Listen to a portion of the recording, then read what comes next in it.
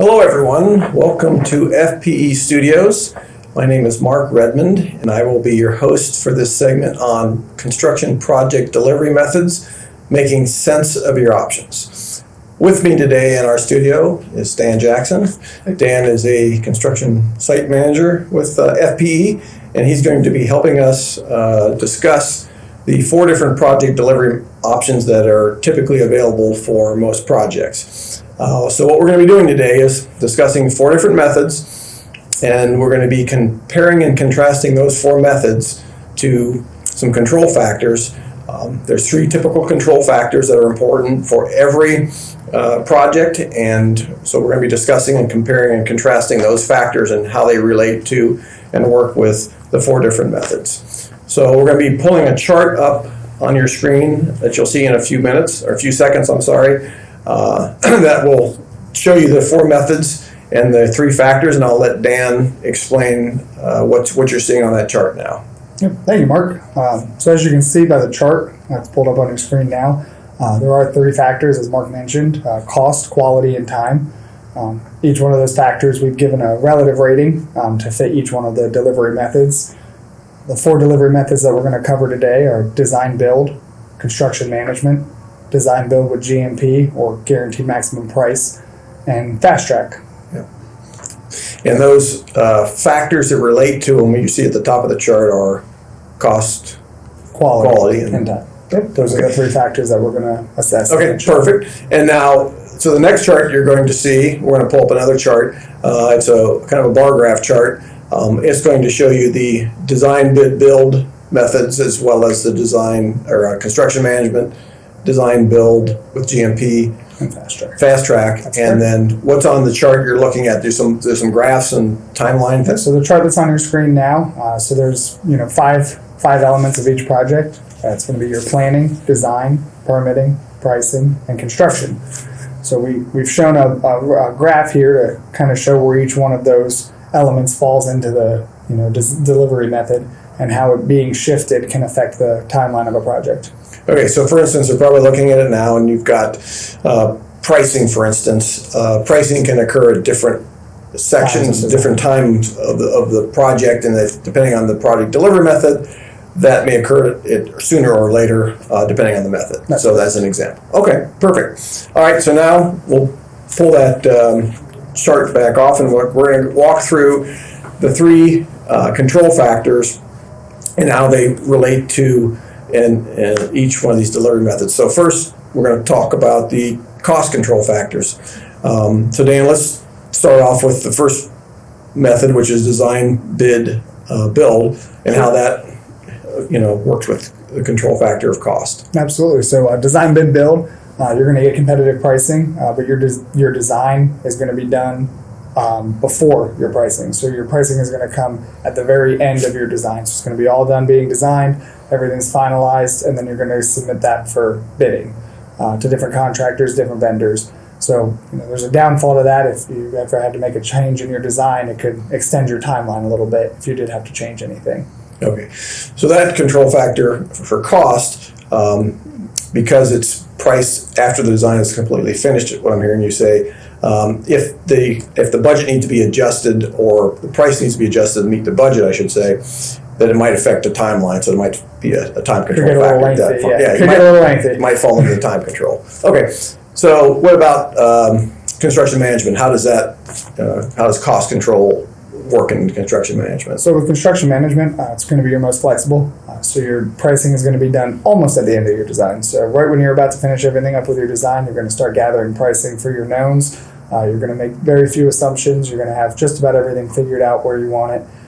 And you're going to get the most flexible option. So you're going to get to kind of pick what you want. So what I'm hearing you say is that when you shift, you're basically shifting the pricing up so before the design is 100% done, so that at that point in time, if you need to make adjustments to meet the budget, it's easier to fix the design or change the design, I should say, at that point in time than it is with a design bid build method. So it's a little more flexibility there.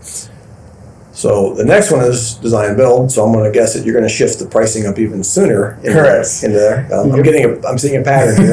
Tell me about that method then. So your design build with GMP. So you're going to agree on a fixed price during your design. So you're going to get a little less of your design details figured out. You're going to agree to a price, and then you're going to continue on with your design. So one of your downfalls there is you agree to that maximum price. There's going to be contingencies in there, as your design isn't going to be all the way finished when you agree to that price. So you may not get the best optimum price for your project.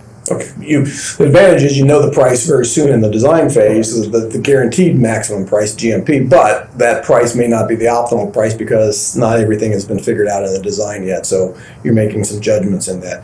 All right, good. So the next one is fast track. Now, if we're looking at this, I'm going to guess fast track. You price it way before you even start the project, before you do design, or am I getting ahead of myself here? Not really. Some things. Okay. So there's going to be some agreed. There's going to be some agreed pricing. You're going to start buying things a little sooner. So you're going to commit to some of your prices before your design is all the way done.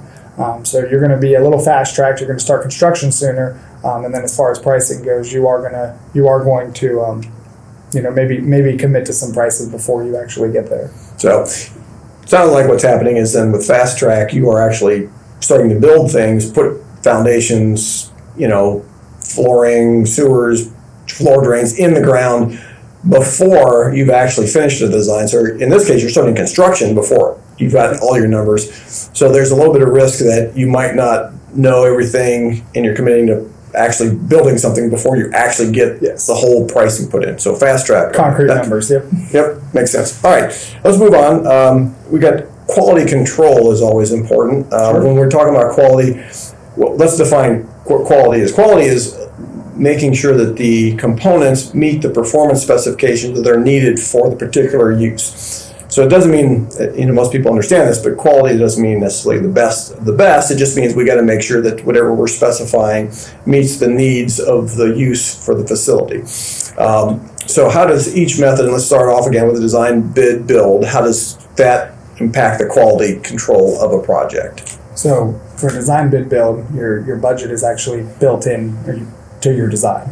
So you're going to be, kind of budgeted into and designing based on your needs. So again, you're going to finish that design, you're going to build in your quality, and then you're going to price it out afterwards. So you get what you asked for, and then here's the cost is going to follow. Okay. What about construction management? How does quality control work with that method? So with your budget being developed, while you're still in that design phase, you have some more flexibility there.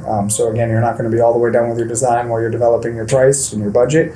So you are going to have that flexibility if some things can be, maybe a little less on quality, maybe a little more on quality, and you can kind of be flexible on where you want to be in that spectrum. So you have a little more control of picking based on your budget what maybe you want for quality. So in that case, you can maybe, if you want stainless steel, say everywhere in the facility for all your exposed wash down components, maybe you don't need that.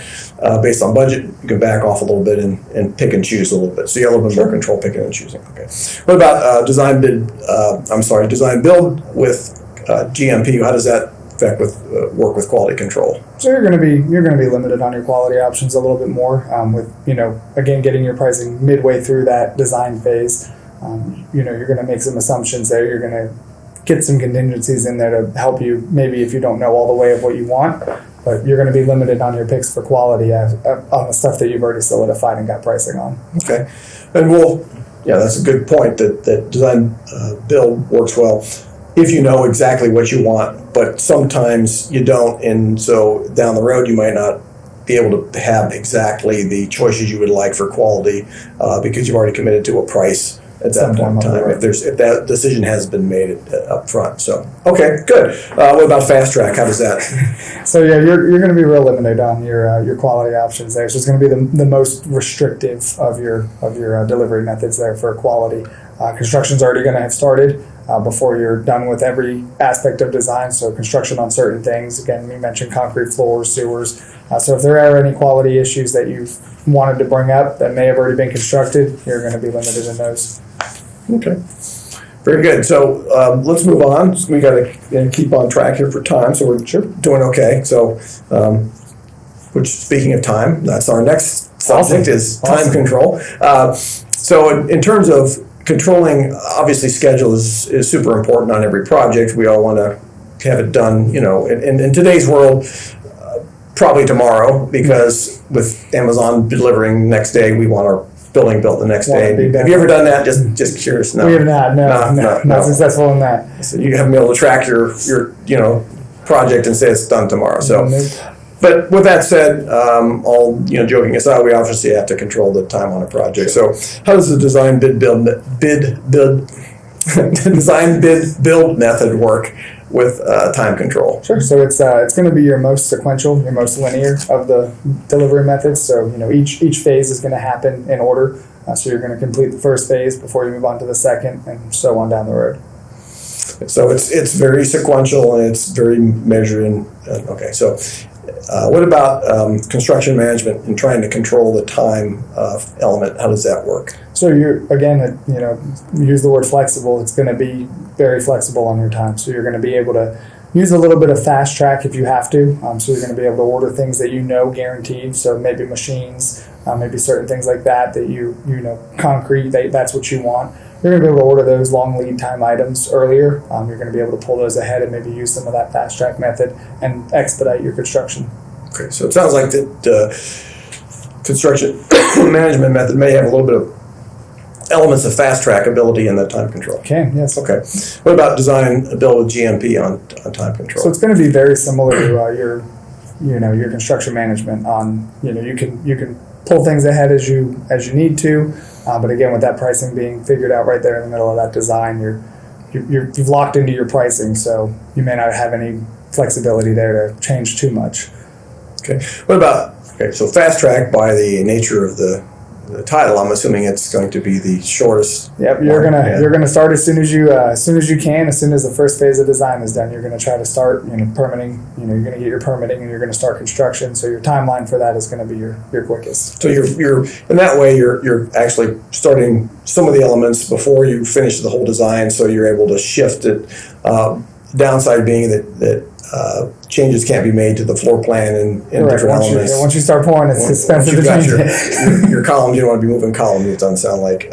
Okay, very good. So I'm going to open it up for any questions. We've kind of covered the material we wanted to cover, the methodologies. Do we have any questions from the audience? Okay, we've got a question. What is the best method or the most preferred method of delivery? Okay, so the question, I'll repeat it, was in terms of all the four methods we've discussed, is there a one best method to deliver a project? And I'm going to kind of jump in, and you can chime in too, Dan. The answer to that is it depends on the type of project. Certain methods are more well suited for certain types of projects. So, for instance, a design build is very well suited for warehouse type construction, projects that are, as we talked about, the elements that need to go into it without doing a lot of design. So things like the structure and the warehouse, and you can make determinations very soon on as to what that is. Not that it can't be used with other projects, it's just better suited for that. Any one of these methods we've talked about will work with any particular project. It just depends on what you're trying to optimize. Sure. So like a fast track, it's probably when time's warehouses, things like that, you're going to, fast track's going to be one of your better ones. And when time is completely of the essence and you need to have it done as soon as possible, you can use fast track. So like an example would be weather. If you've got to get into the ground before, say, winter, and you didn't meet a project schedule, that may be a fast track project. Construction management is very important too. It's very flexible. It's kind of like a blend of every one of these. So because it's got a little bit of fast track element, a little bit of design build element, and a little bit of design bid build. So it's kind of the hybrid model that works for almost any project.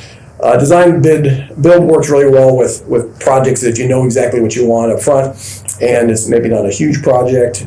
Maybe it doesn't need so much control because you don't have as much flexibility with that one. So. All right, anything else? We're close on time. We got about 30 seconds left maybe. How has COVID affected project delivery? So that's a good question, COVID. How has COVID affected project delivery? Well, it's upset the apple cart in the supply chain from what I've seen, and that's something that, in terms of product deliveries, you gave an example last session about what you had to deal with doors, for instance? Yeah, doors. I mean, we had a long lead time item, doors. We wound up having to find a way around that, and we wound up having to talk to the owner and say, hey.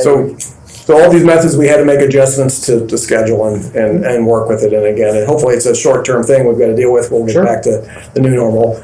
Again, thank you everybody for tuning in. I know this is 15 minutes out of your day. We appreciate you spending it with us. If you have any questions, feel free to email the contacts that you'll see on the PACK EXPO Connects website. They're here to help. We're here to help. Any questions you might have. And thanks again for joining us. Thank you. Take care, everyone.